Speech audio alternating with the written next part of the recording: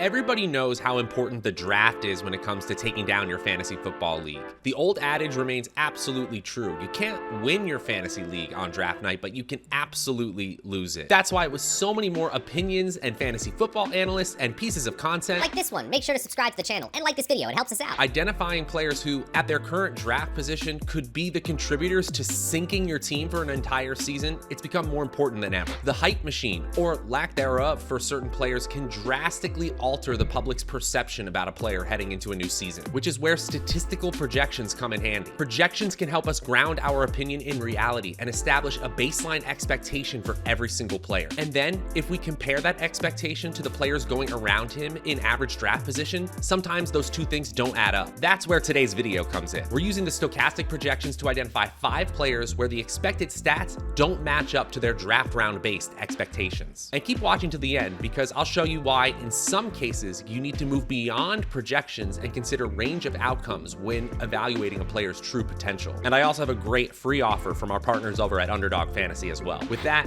I'm Matt Savoca from Stokastic.com, and I'm here to tell you about 5 players who could destroy your fantasy football team in 2022. Take them at your own risk.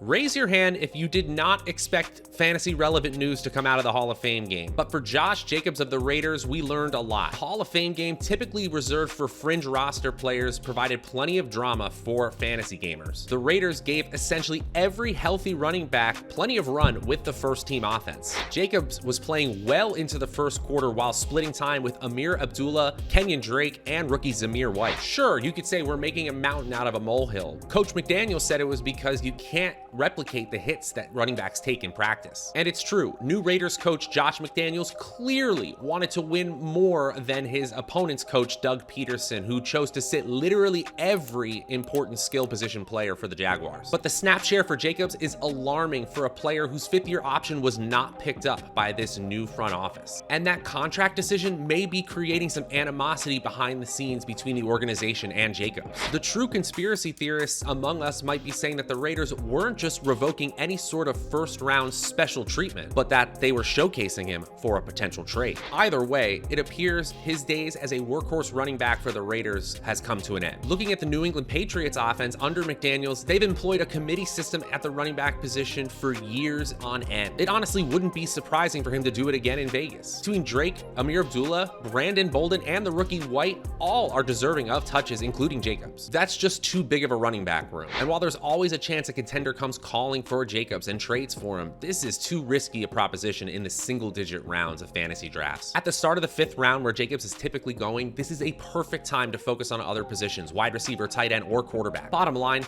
Jacobs has a ton of red flags, and the Stokastic projections say you can get running backs 3 or even 4 rounds later with the same per-game projections as a player like Jacobs.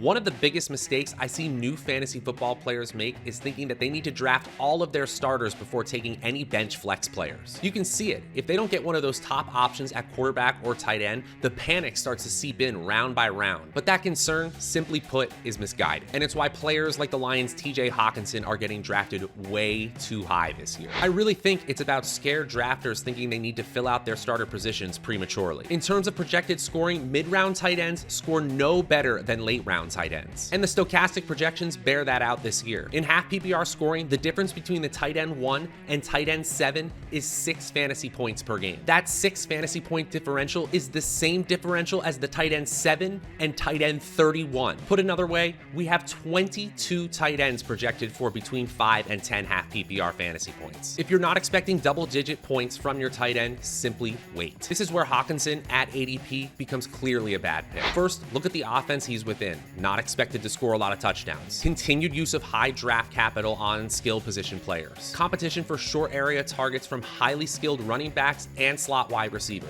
It's extremely hard to see him replicating that 21% target share, 5th best among tight ends, again in 2022. I'm not saying it's impossible for Hawk to succeed, especially because he does get targeted deep much more often than the typical tight end. And it's not impossible that the Lions actually exceed their lowly offensive expectations. But it's hard to imagine imagine any sort of week-to-week consistency for a player on a team that added a first-round wide receiver in Jamison Williams, a former first-round receiver in DJ Chark, and found a day 3 gem in Amon-Ra St. Brown. Then you add in the health concerns for a player like Hockenson, and it starts to look like a fade at ADP. Hawk was a fantastic prospect with superb athletic metrics. He deserved the top 10 draft capital he got. But if you're taking a tight end in the 6th to 10th round of your fantasy drafts, you better believe he has tight end 1 overall upside. You can't look me in the face and say that happens with any sort of certainty for Hockenson this season.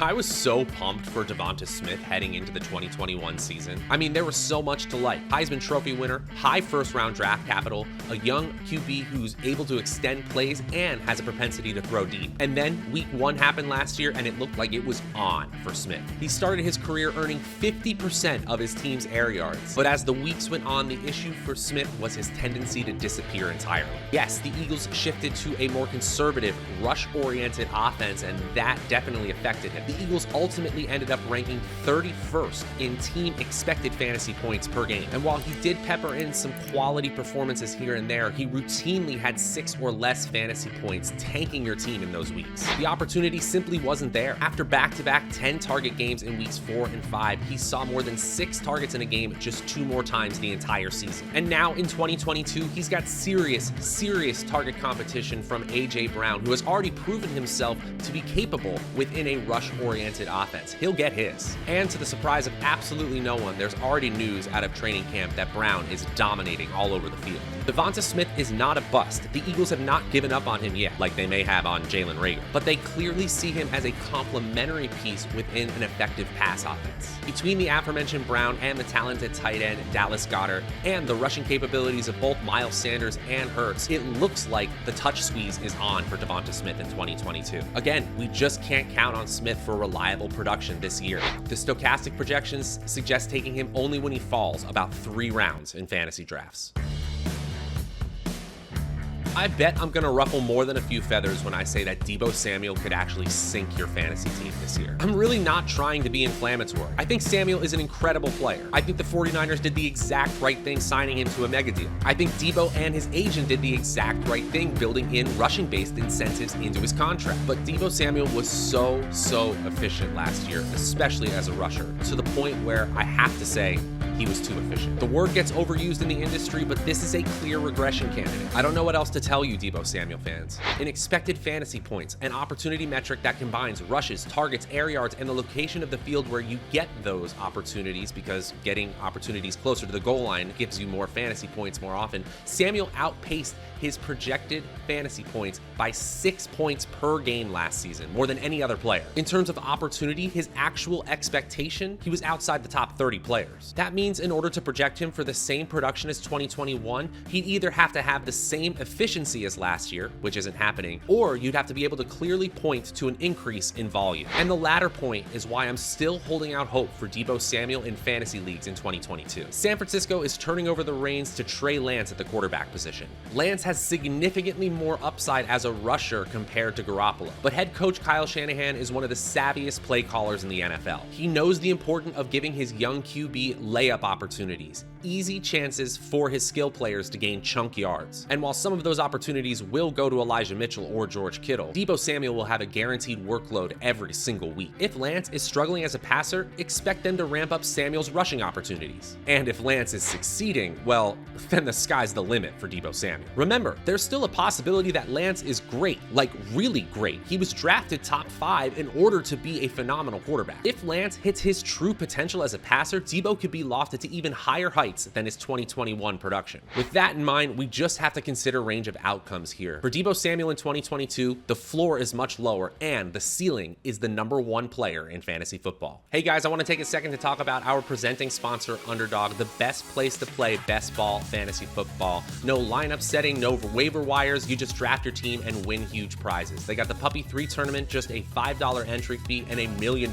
prize pool, and the $25 entry fee Best Ball Mania 3 tournament, which rages on all summer long. 3 different opportunities to win $1 million in that tournament. And if you're new over there, use promo code Stokastic to sign up for up to a $100 first match deposit bonus. That's STOKASTIC. But what if you already have an Underdog account and you just want the rankings from Stokastic.com? We got you covered there. How about $1 access to those rankings? Use promo code PUPPY3 on Stokastic.com. Go to Stokastic.com/best-ball and use promo code PUPPY3. Commanders wide receiver Terry McLaurin deserves better. And I mean that from a QB accuracy standpoint. I don't actually feel bad for the man. He just signed a contract worth up to $71 million.